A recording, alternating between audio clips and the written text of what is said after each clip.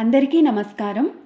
రాగి పాత్రలో సమర్పించిన నైవేద్యాన్ని స్వీకరించడం అంటే శ్రీ మహావిష్ణువుకి ఎంతో ఇష్టం. రాగి పాత్రలోని నైవేద్యంలో ఎన్ని మెతుకులు ఉంటాయో అన్ని వేల సంవత్సరాల పాటు ఆ నైవేద్యాన్ని పెట్టిన భక్తుడు వైకుంఠంలో స్వామి సన్నిధిలోనే ఉండే అదృష్టాన్ని స్వామివారు ప్రసాదిస్తారు. మరి ఆ రాగి పాత్ర యొక్క కథ ఏమిటి? అలాగే అర్జునుడికి గుడాకేశుడు అనే పేరు ఉందని చాలామందికి తెలియదు. అర్జునుడికి ఆ పేరు ఎలా వచ్చింది? ఈ రెండు కథలకు ఉన్న సంబంధం ఏమిటి?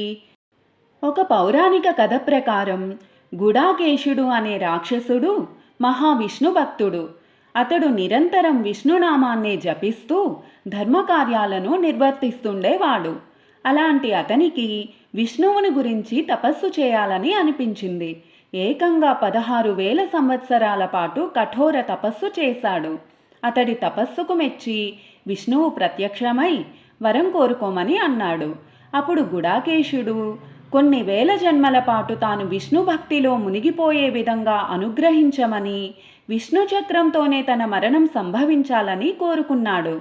ఆ రాక్షసుడికి వరాలను అనుగ్రహించి అంతర్ధానమయ్యాడు శ్రీ మహావిష్ణువు. సంతోషించిన గుడాకేశుడు తపస్సును ఆపకుండా కొనసాగించాడు. విష్ణుమూర్తి వైశాఖ శుద్ధ ద్వాదశి నాడు గుడాకేశుడి కోరికను తీర్చాలని నిశ్చయించుకుని మిట్ట మధ్యాహ్నం వేళ తన చక్రాయుధాన్ని ప్రయోగించాడు. సుదర్శన చక్రం గుడాకేశుని తలని ఖండించింది.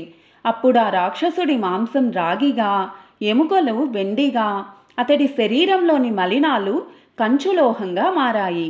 ప్రియభక్తుడి శరీరంతో ఏర్పడిన రాగి పాత్రలో నైవేద్యాన్ని స్వీకరించడం అందుకే విష్ణుమూర్తికి ఎంతో ఇష్టం.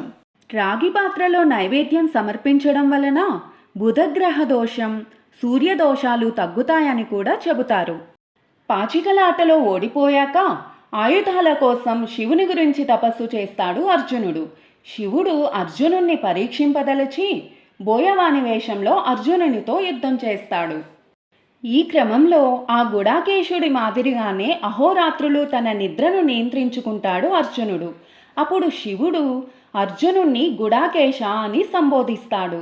అదేవిధంగా సమరానికి సంసిద్ధం చేసే సమయంలో మనసును, నిద్రను జయించి విజయుడైన గుడాకేశుని గురించి చెప్పి అర్జునుణ్ణి యుద్ధానికి సిద్ధం చేస్తాడు శ్రీకృష్ణుడు.